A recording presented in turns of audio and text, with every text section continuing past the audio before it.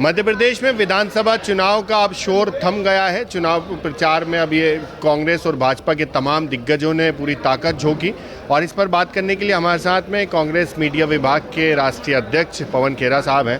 Sir, Congress के भी और भाजपा के भी तमाम नेताओं ने पूरी ताकत झोंक दी, चाहे वो प्रधानमंत्री नरेंद्र मोदी हो, अमित शाह हो, चाहे आपकी ओर से राहुल गांधी जी, प्रियंका जी, खड़गे जी, तमाम नेताओं ने जनता के बीच पहुँचने का प्रयास किया। अपनी बात जनता तक पहुँचाने में कितने सफल हुए सर आप? हमें लगता है कि हम सफल हुए, क्योंकि लोगों का जो रुख है रास्ते में चलते हुए, गांव देहात में जाते हुए, जो लोगों का चेहरे का भाव है, उससे समझ में आता है कि उन्हें हमारी बात समझ में। अभी रास्ते में एक महिला ने ऑटो में बैठी थी, गाड़ी रुकी तो बोली सिलेंडर पक्का 500 में मिलेगा। समझ में आता है कि बात वहाँ तक पहुँची है। तो ऐसे उदाहरण मिलते हैं और फिर टेक्नोलॉजी के माध्यम से भी तरीके हैं ये पता लगाने का कि क्या हमारी बात सही जगह पर पहुंच पा रही है या नहीं। तो मुझे पूरा भरोसा है कि हमारी बात पहुंची।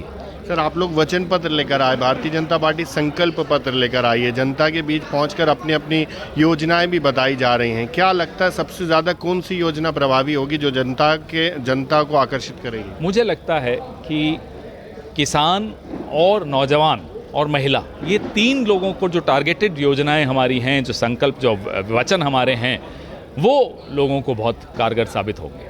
सर, लगातार हमने देखा अलग अलग क्षेत्रों में रोड शो भी हुए। सबसे ज़्यादा खासा फोकस आदिवासी क्षेत्रों पर रहा कांग्रेस का। भाजपा की भी कोशिश रही कि आदिवासी अंचलों में पहुंचा जाए। तो निर्णायक भूमिका में आदिवासी होते हैं, तो उन्हें ज़्यादा साधने की कोशिश ना केवल वो इसलिए कि वो निर्णायक भूमिका में हैं, उनके साथ जो अन्याय हुआ है, मुझे लगता है कि वो खुद बड़े उत्सुक हैं, तत्पर हैं कि तुरंत सरकार बदलें।